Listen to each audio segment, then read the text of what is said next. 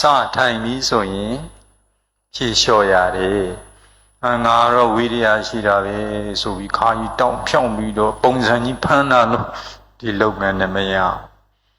ဘာကြောင့်လဲဆိုတော့သွားနေတဲ့လမ်းကြောင်းကမြင်ရတဲ့လမ်းကြောင်းမဟုတ်ဘူးအိမ်မွေးတဲ့နူးညံ့တဲ့အလုံးလုံးနူးညံ့တဲ့မွေးကြမ်းကြမ်းကြီးလှုပ်လို့မရဘူးလိမ္မာရတယ်လိမ္မာမှာပပနနရှိရဖြေလျှော့ပါတဲ့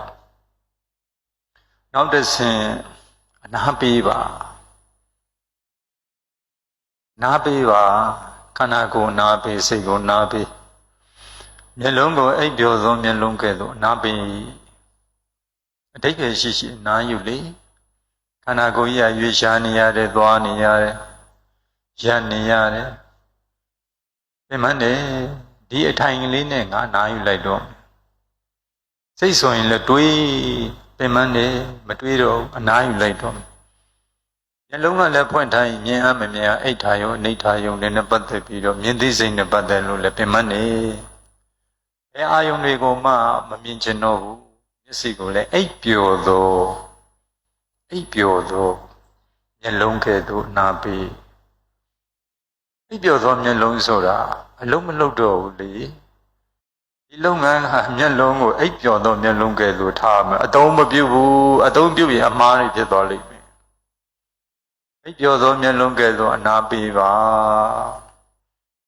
ခန္ဓာကိုယ်နဲ့စိတ်ကိုနာပေးပြီးမျက်လုံးကိုအိပ်ပျော်သောမျက်လုံးကဲ့သို့ထားရမယ်ဘာနဲ့ဥပမာတူလဲဆိုရင်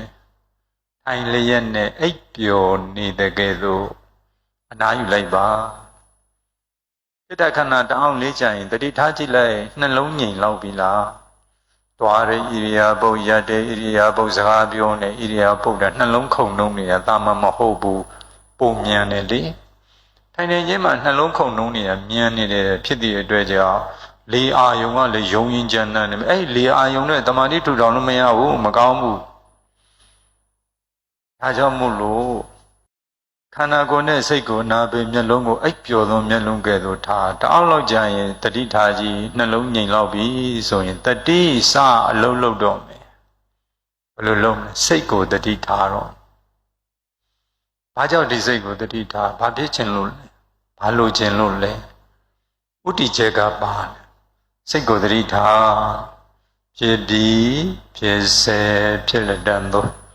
သက်ရှိသမဲ့အာယုန်ဒီစီကိုစိတ်ကပြန့်လွင့်သွားမှာဆိုလို့တွေးမိမှာဆိုလို့ဒီလိုရည်ရွယ်ချက်ဥတီချက်ဖြင့်စိတ်ကို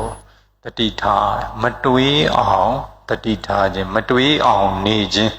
မတွေးအောင်လေ့ကျင့်ခြင်းစိတ်ကိုလည်းမမြင်အောင်တတိကိုလည်းမမြင်အောင်အဲ့ဒီမမြင်ရတဲ့စိတ်ကိုမမြင်ရတဲ့တတိကတတိထားတယ်စောင့်ရှောက်တယ်ဆိုတာဘယ်လိုသဘောလေးလဲဘယ်လိုအထာလေးလဲအဲ့ဒါအရေးကြီးဆုံးစာကပြောတယ်ဆရာကပြောတယ်ဒီအလုပ်ပြီးသွားပြီတော့မပြီးသေးဘူးတဲ့ကာယကံရှင်ကမျက်စိပိတ်ခိုင်းတဲ့တိုင်အလုပ်လုပ်ကြည့်ရအလုတ်ကသင်ပေးတာလေးရသွားပြီဆိုရင်ရပြီမိမိရဲ့ခန္ဓာကြံသေးတယ်လေအဲ့ဒီတော့ဆရာနဲ့စာနဲ့ပြီးသွားရောလားဆိုမပြီးသေးဘူးကိုယ်တိုင်လေ့ကျင့်ရမယ်အဲ့ဒီခါကျတော့အလုတ်ကမိမိကိုသင်ပေးတာလေးရသွားလိမ့်ဟောဘလို့လေးနေလိုက်ရင်မတွေးတော့ဘူးပေါ့ဘလို့လေးနေလိုက်ရင်မစင်စားတော့ဘူးပေါ့အဲ့ဒါအလုတ်ကသင်ပေးလိုက်တာအဲ့ဒါစာနဲ့ဆရာကတော့ဒါအရေးအမြတ်ပဲပေါ့လက်တွေ့အကောင့်ထဲပေါ်ရတဲ့သဘောရှိအဲ့ဒီတော့တခါတလေလဲဘာနဲ့တူလဲဆိုတော့ရေးတော့အမှန်ဖတ်တော့အတန်စာကဘလို့ပဲပြောဆရာကလည်းစာကိုယူပြီးပြောပေမဲ့ဘလို့ပဲပြောလက်တွေ့လုပ်ငန်းခွင်နဲ့ကိုက်မကိုက်ဒီလိုမျိုးလဲညှိရသေးအဲ့ဒီတော့ရေးတော့မှန်ဖတ်တော့အတန်နားထောင်လို့ကောင်းအောင်ဖတ်ရရှုလို့ကောင်းအောင်ရှုရတယ်တတိကစိတ်ကိုစောင့်ရှောက်တဲ့အလုပ်လုပ်ရတယ်ပေါ့လေနော်အဲ့ဒီတော့သဘာဝလေအာယုံကို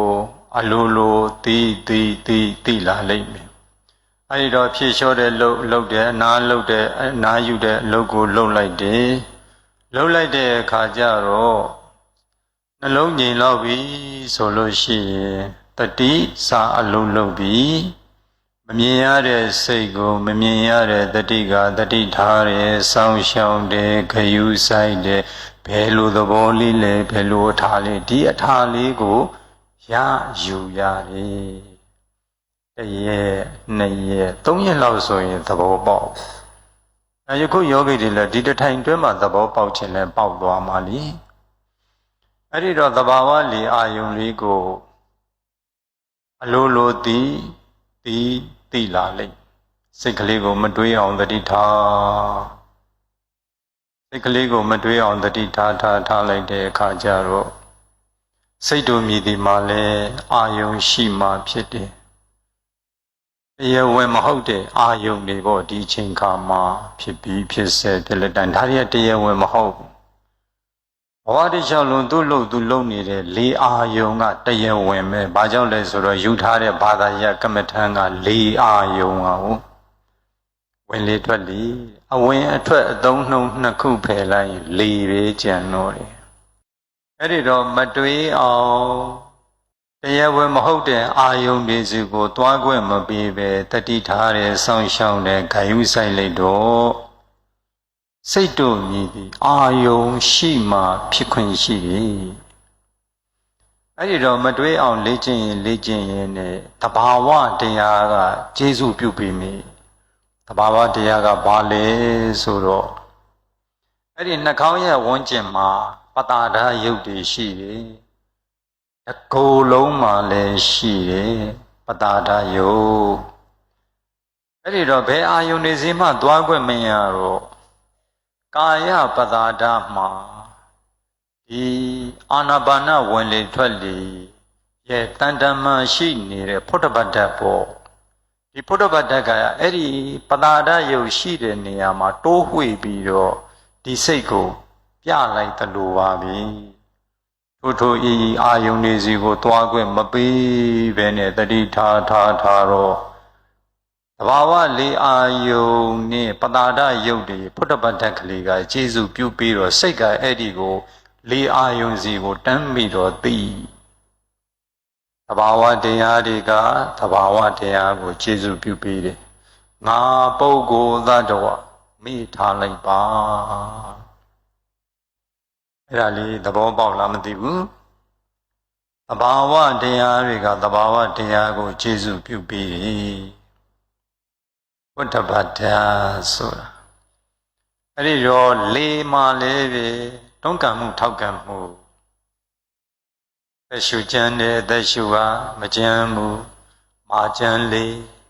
ပြောချောပေါ်ပူဤဒီတဘာဝတရားတွေကလေးဤတန်တန်မှာတွဲဆက်ပြီးတော့ဖြစ်ပေါ်လာကြတယ်အဲ့ဒီတော့ဖုဒ္ဓဘာသာကကာယပတာဒကိုလာပြီးတိုးဝှေ့ပြီးတော့ဖြစ်ပေါ်နေတဲ့လေးအာယုံကိုစိတ်ကအလိုလိုသိလေးသိစိတ်ဒီသဘောပါဒီဓာရီပါတွေကိုညွှန်နေတာမဟုတ်ဘူးနော်တဘာဝတရားကတဘာဝတရားတွေကိုကျေစုပြုပေးတယ်စိတ်ဆိုတဲ့သဘာဝတရား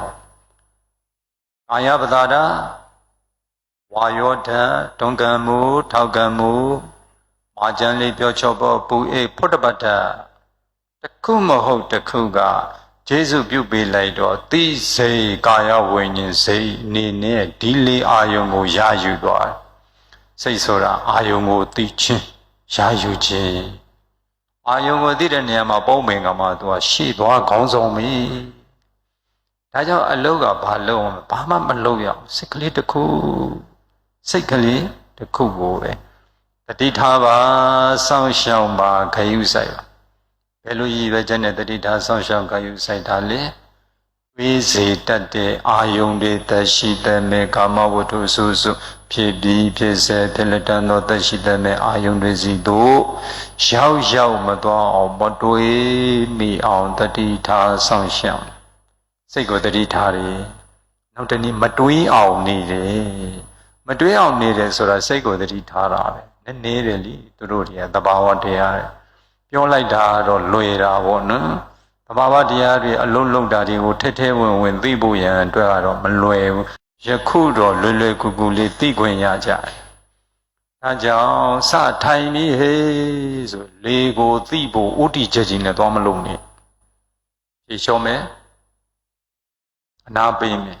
ဖြေလျှော့တဲ့အလုပ်ကအနာပေးတဲ့အလုပ်ကိုကျေစုပြုပေးတယ်အနာပေးတဲ့အလုပ်ကတဘာဝလေအာယုံကိုသိဖို့ရန်အတွက်ကျေစုပြုပေးတယ်လေတော်မှဘာလေကိုရည်ညွှန်းနေလဲဆိုတော့တဘာဝလေအာယုံကိုရည်ညွှန်းနေတာမြင်ချင်းပြီးသိတယ်လေလည်းမဟုတ်ဘူးလိုက်ရှာပြီးသိတယ်လေလည်းမဟုတ်ဘူးလုံးရှူပြီးသိတယ်လေလည်းမဟုတ်ဘူးထိအောင်ထင်ရှားအောင်ပါးစပ်နှခမ်းမျက်လုံးမျက်နှာအာယူပြီးကြိုးစားတယ်သိတယ်လေလည်းမဟုတ်ဘူးထိမ့်ပြီးရှူသွင်းရှူထုတ်လုပ်တဲ့လေလည်းရတယ်လေလည်းမဟုတ်ဘူးဝင်လေဤနောင်ထွက်လေနောင်လိုက်ပြီးသိနေတဲ့လေမျိုးတွေလည်းမလိုချင်ဘူးတဘာဝဘဝတရှောင်းလုံးသူ့လို့သူလုံနေတဲ့အလွန်တရာမှကျေးဇူးကြီးမားတဲ့ကျေးဇူးရှင်ဖြစ်တဲ့သဘာဝလေအာယုံလေးကိုအလိုရှိလို့ဒီလိုခိုင်းတာတတိစိတ်သဘာဝလေးပါတယ်လေအဲ့ဒီသုံးခုလေးပဲအတိညာနဲ့မှတည်းကျန်တာတွေနေရာထိတ်တာမျက်လုံးမျက်နှာခေါင်းတစ်လုံးလုံးခန္ဓာကိုယ်ကိုလုံးမိတ်တာတတိစိတ်သဘာဝနောက်တနည်းတတိအတိသဘာဝလေတတိကလေအာယုံကိုသိနေတဲ့အသိကိုစောင့်ရှောက်တာစိတ်ကိုခဏပုံထားလိုက်တယ်ဖယ်ထားလိုက်တယ်လိုရင်းပေါ့ဘွားကနေပေါ်လာတဲ့အသိဟာစိတ်ပဲလေစိတ်ဓာတ်ဆိုတဲ့ပါဠိစိတ်ဟာသူဟာသိဖို့ရန်အတွက်နည်းနည်းနဲ့နေတဲ့မဟုတ်လားစိတ်ဆိုတာအခုလှုပ်လိုက်တဲ့ခါကျတော့လေအာယုံကိုလာသိတော့ဘွားနဲ့ပေါ်စိတ်ပါလားဆိုပြီးဒီလိုသိခွင့်ရတာအဲ့တော့တတိကအသိကိုစောင့်ရှောက်တာဘာသိလဲလေကိုသိတယ်အသိကိုစောင့်ရှောက်တယ်ပါဠိလိုသုံးကြည့်ရင်လည်းစိတ်ကိုစောင့်ရှောက်တယ်ရတယ်လေတတိအသိသဘာဝလေတတိစိတ်သဘာဝလေအဲ့တော့တတိကမတွေးအောင်နေခြင်းမတွေးအောင်နေလိုက်တော့လေကိုလာသိတယ်သိခွင့်ပေးမယ်လေကြကိုယူထားတဲ့ဘာသာရပ်ကအာနာပါနဝင်လေထွက်လေလေကိုသိတယ်သိခွင့်ပေးလိုက်တော့မင်းဒါပေမဲ့လေကိုသိသွားပြီဆိုရင်ဒီလေအာယုံလေးပြန်လွတ်သွားမလားစိုးရိမ်စိတ်လုံးဝမရှိနဲ့အဲ့ဒီစိုးရိမ်စိတ်ကအကျိုးမရှိဘူးအခက်ခဲတွေဖြစ်စေတတ်တယ်လေတော့သိပြီဆိုပြီးတော့စိုးရိမ်လွတ်သွားမှကြောက်အဲ့ဒါဘာတွေဝင်လာလဲဆိုတော့ထိမ့်မီရှူသွင်းရှူထုတ်လုပ်တဲ့ဘက်တည်းရောက်ပါထိမ့်မီရှူသွင်းရှူထုတ်လိုက်တဲ့အခါဘာတွေဖြစ်လာလဲဆိုတဘာဝတရားပျက်စီးသွား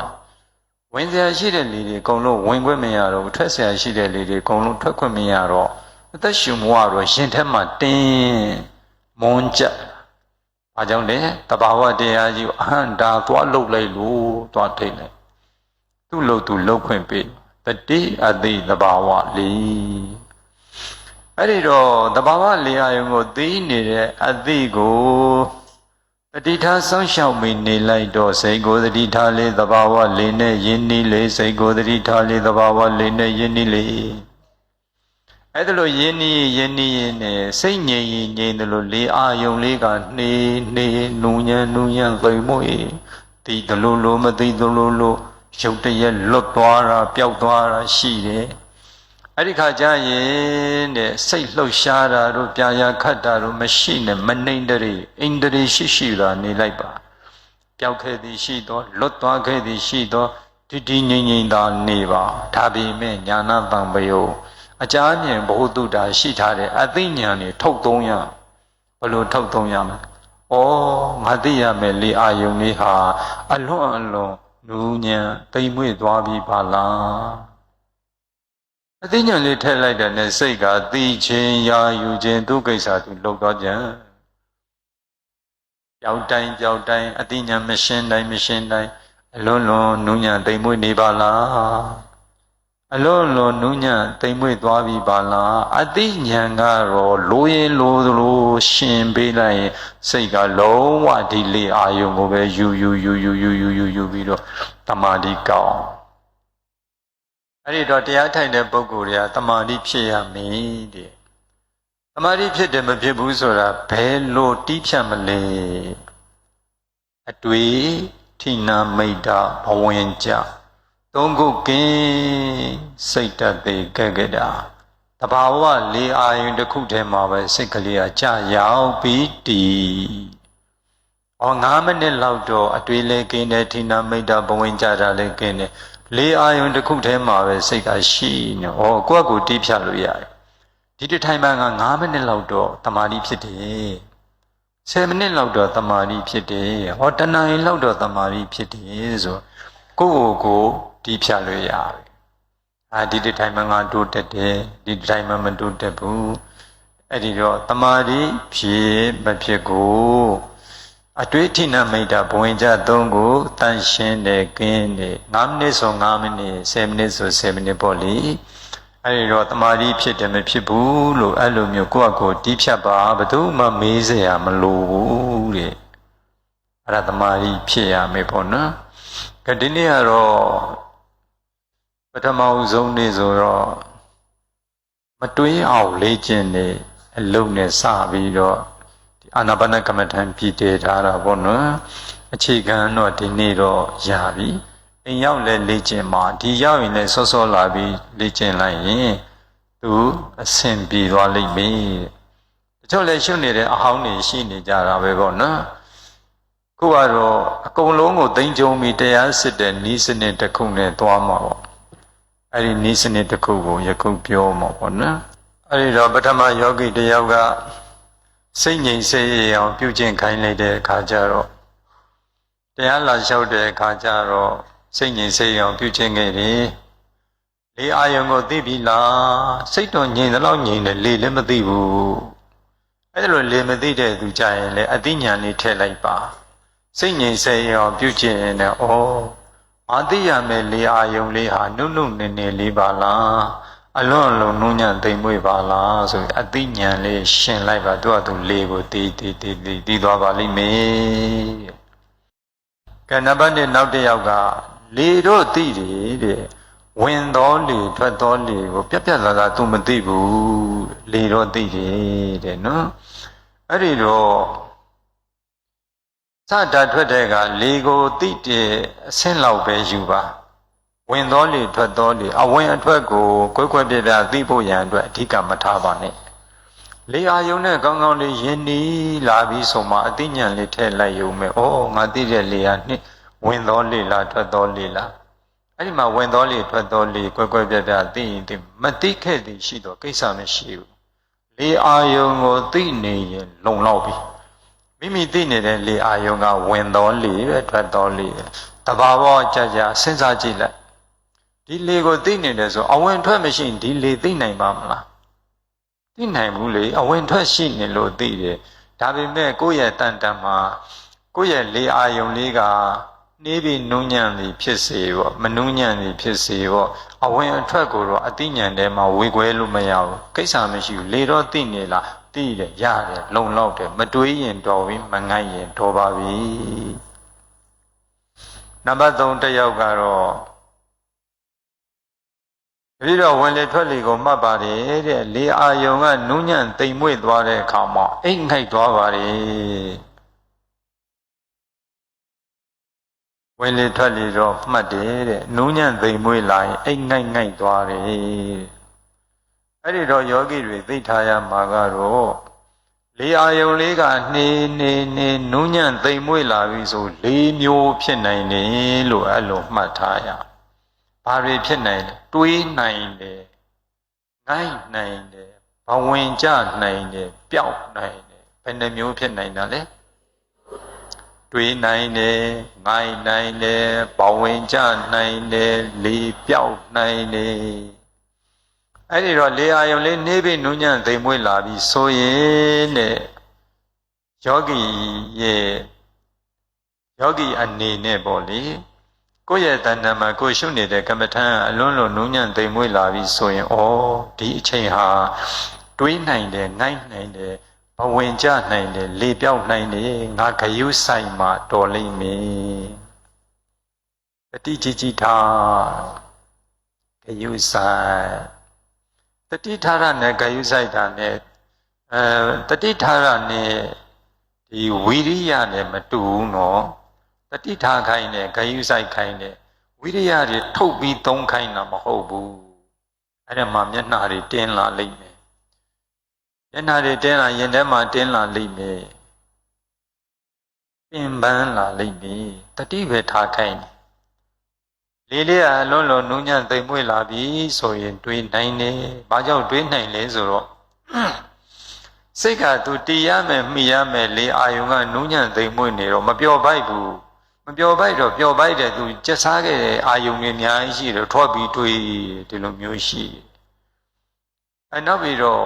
အလုံးလုံးနုညံ့သိမ်မွေ့တော့လေသိဖို့ရဖို့ရန်အတွက်ဒီစိတ်ကဒီလေအာယုံလေးကိုသိချင်ရယူရင်းဆိုတော့အဲ့ဒီမှာလည်းပဲသူအားမရအောင်အဲ့ဒီအချိန်ကကြာရင်လေးလံထိုင်းမိုင်းတာတော့ငိုက်မြည်တာတွေဖြစ်သွားတတ်တယ်ဘဝင်လေကြတတ်တယ်လေခနဲ့စကနဲ့မျောမျောသွားဘဝင်ကြလေးလေပြောင်းနိုင်တယ်အဲ့ဒီတော့လေပြောက်တဲ့လက္ခဏာနဲ့ထိနမိတ်တာဘဝင်ကြတာနဲ့မတူဘူးမိတ်တာဘဝင်ကြသူတို့ကြတော့မိမိရဲ့တန်တမှာစိတ်စေတသိက်တွေကမရွှင်ပြတော့လေးလံနဲ့လေးမိုင်းလေးလံနဲ့ထိုင်းမိုင်းလာတဲ့လေးတွဲလာတဲ့မပြောပိုက်တော့ဘူးဒီလုပ်ငန်းခွင်မှာဒီသဘောမျိုးငိုက်ကြီးလာတယ်ဘဝင်ကြတာနဲ့ဒိနမိတ်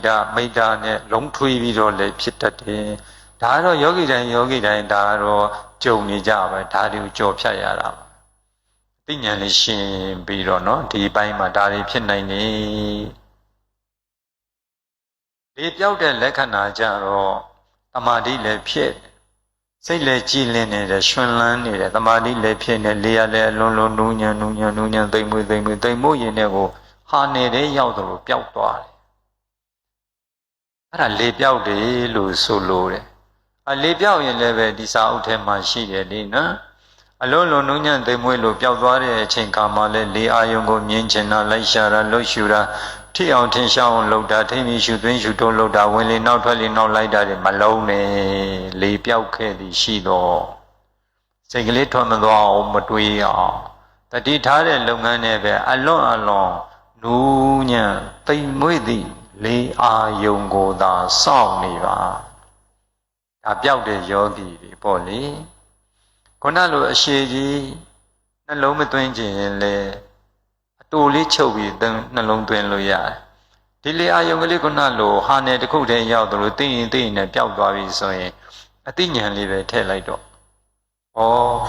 အလွန်နူးညံ့တိမ်မွေ့သွားပြီပါလားအသိဉာဏ်လေးရှင်လိုက်တာနဲ့စိတ်ကပြန်ယူနိုင်သွားတယ်အဲဒီတော့မိမိအကြမ်းမြင်ဘဝတုဒ္ဒရှာမိထားတဲ့ဒီအသိဉာဏ်တွေဟာဒီပညာတွေဟာဒီအသိဉာဏ်ညာတဲ့ဒီချိန်ကမှထုတ်သုံးရတယ်ဒီလိုအသိဉာဏ်ရှိခြင်းတွေဒီလိုအသိဉာဏ်ရှင်ခြင်းတွေဒီစိတ်ကိုပြောပြလိုက်တယ်လို့ပဲမသိရမယ်လေအာယုံတော်နှုတ်သွားပြီအဲ့တော့မှစိတ်ကပြန်ယူနိုင်သွား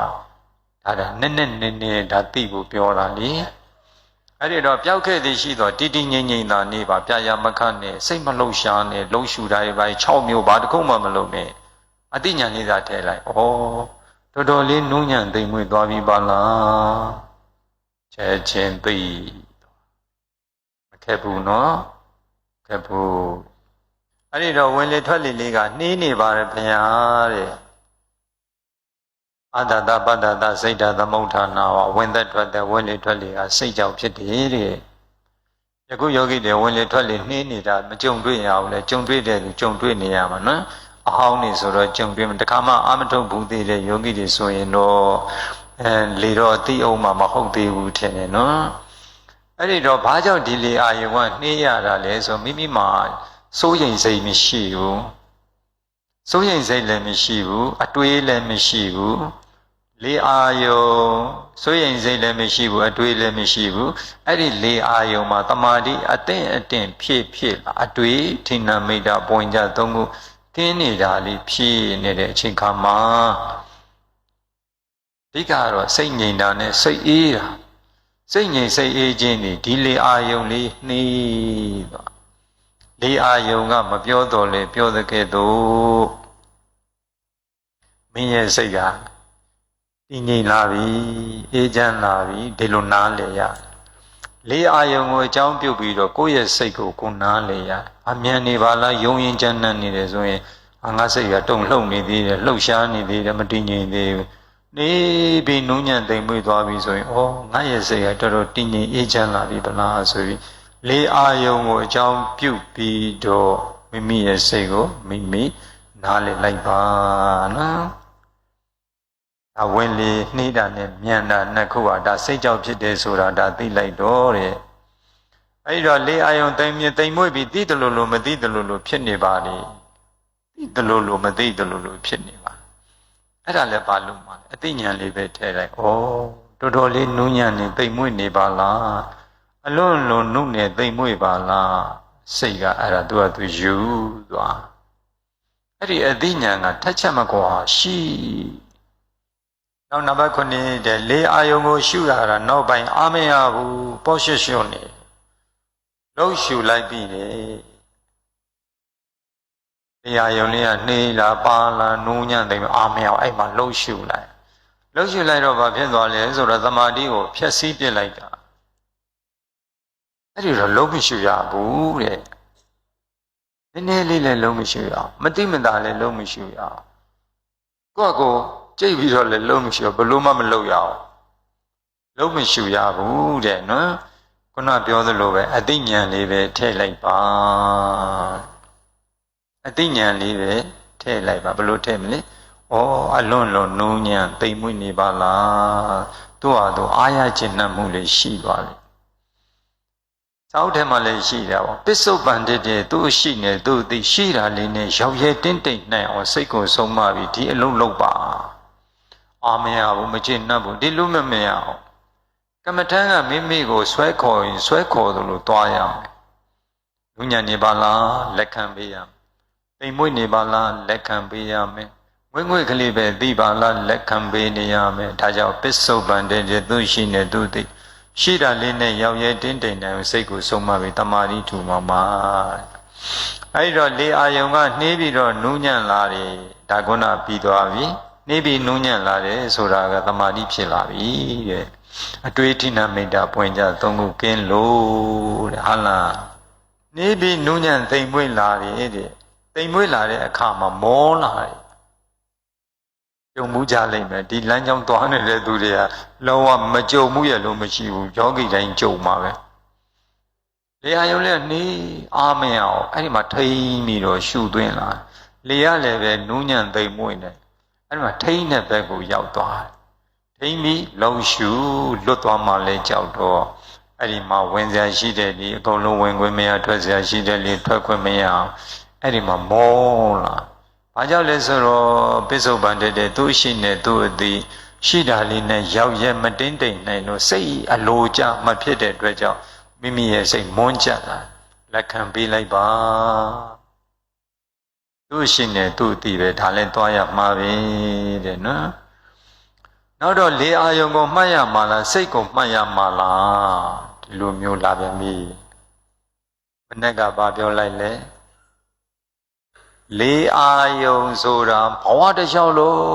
မိမိကိုကျေးဇူးပြုပေးနေတယ်မိမိကသာသူ့ကိုဂယုမဆိုင်တာသူကအမြဲမိမိကိုအသိမှတ်ပြုအမြဲဆောင်ရှောင်မိဘနှစ်ပါးတော်မှာဟာလားခွဲခွာပြီးနေရတာနဲ့ရှင်ခွဲသင်ခွဲခွဲပြီးတော့သွားကြတာနဲ့ကျေးဇူးရှင်တွေဆိုပေမဲ့လည်းပဲဒီလေအာယုံကြတော့ကျေးဇူးရှင်ဖြစ်ဆိုရင်မိဘထက်တောင်သူကသာတယ်လို့ပြောရမှာမသိဘူးဘာကြောင့်လဲဆိုတော့ तू ကအလုံးမလုံးပေးနိုင်ရင်အသက်ရှင်နိုင်ပါမလားမရှင်နိုင်ဘူးတဲ့ဒါကြောင့်မို့လို့ဆုံးဖြတ်ချက်ချရမယ်လက်ခံပေးရမယ်ဘဝတစ်လျှောက်လုံးသူ့လို့သူလုံးနေတယ်ငါဘာမှလုံးစရာမလိုဘူးငါလုံးဝမှဒီလေအာယုံကိုသိနေတဲ့စိတ်ကိုငါတတိထားရမယ်စောင့်ရှောက်တတိစိတ်တဘာဝလေးပါတယ်လေအဲ့ဒီတော့တဲ့ဒီမှာ လေအာယုံကိုမှတ်ရမှာလားစိတ်ကိုမှတ်ရမှာလားဆိုဘယ်လိုဖြေမလဲအဲ့ဒီစိတ်မှာဘာနာမည်တဲ့လေလေသိစိတ်သူ့မှာနာမည်ရသွားပြီ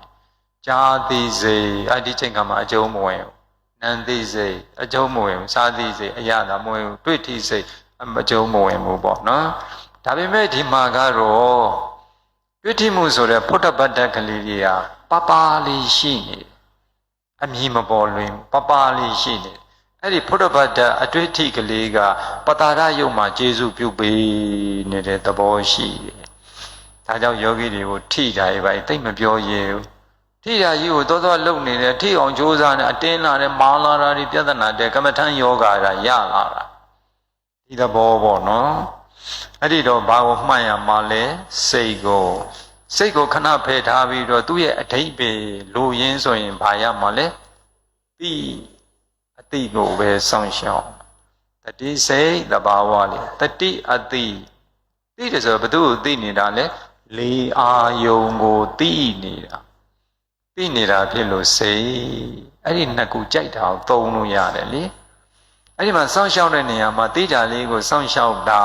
မိမိအတွက်အဆင်ပြေသလားစိတ်ဆိုတဲ့အမည်နာမကြီးထည့်ပြီးတော့စောင့်ရှောက်တာအဆင်ပြေသလားအဲ့ဒါကိုယ့်အကိုကြိုက်တယ်လို့လုပ်လို့ရတယ်နော်အဲ့ဒီတော့လေအာယုံကိုရှေ့ဥပိုင်းတော့သိတယ်တဲ့နောက်ပိုင်းတော့ပေါ့ရွှွှွဖြစ်ပြီးဟာတတဖြစ်ပြီးတော့လေပြောက်သွားတယ်ရှေ့ဥပိုင်းကပြောသလိုပဲအတိညာလေးပဲထည့်လိုက်တော့အရှိကြီးမပြောတော့ဘယ်လိုထည့်မလဲဩငါသိရမယ်လေအာယုံလေးဟာအလွန်နိုးညံ့တိမ်မွေ့နေပါလားအတိညာလေးထည့်လိုက်တဲ့နဲ့စိတ်ကသူသိရွာသူ့အလုပ်သူ့လုပ်စိတ်ဆိုတာအာယုံကိုသိချင်ရယူခြင်းအလွန်နိုးညံ့တိမ်မွေ့တဲ့လေအာယုံကိုသူသိရယူဒါပဲလို့တခြားဘာမှမလုပ်ရအောင်အဲ့ဒီတော့7နံပါတ်7လေအာယုံတော့သိတယ်နောက်ပိုင်းမသိတော့ဘူးအဲ့ဒီမသိရရင်အကြောင်းရင်းဟာဘာဖြစ်မှာလဲပေါ့တွေးနေတာလားထိနမိတ်တာဖြစ်တာလားဘဝင်ကြတာလားလေပြောက်တာလားယောဂီဟာသိရမယ်သူ့ရဲ့အမှလက္ခဏာသူ့ရဲ့ဒီလက္ခဏာကဘာဖြစ်လဲယောဂီတယောက်ကိုယ်ပိုင်သိဉာဏ်ဖြင့်သိရမယ်သူများမမေ့ရအောင်ဒါတော့ငါတွေးသွားပြီဒါတော့ငါဆက်မလုပ်ချင်တော့ဘူးထိနာဖြစ်နေပြီဆက်မလုပ်ချင်တော့နောက်ဆုတ်ပြီးဖြုတ်ချင်နေပြီကောင်းတယ်ကောင်းတယ်လေဖြုတ်လေဖြုတ်ချင်နေတယ်ဒီသဘောမျိုးဒါကတော့ငိုက်မြည်သွားပြီစိတ်တွေလေးလံနေပြီဒါကတော့စကနဲ့လက်ခနဲ့မျောနေပြီ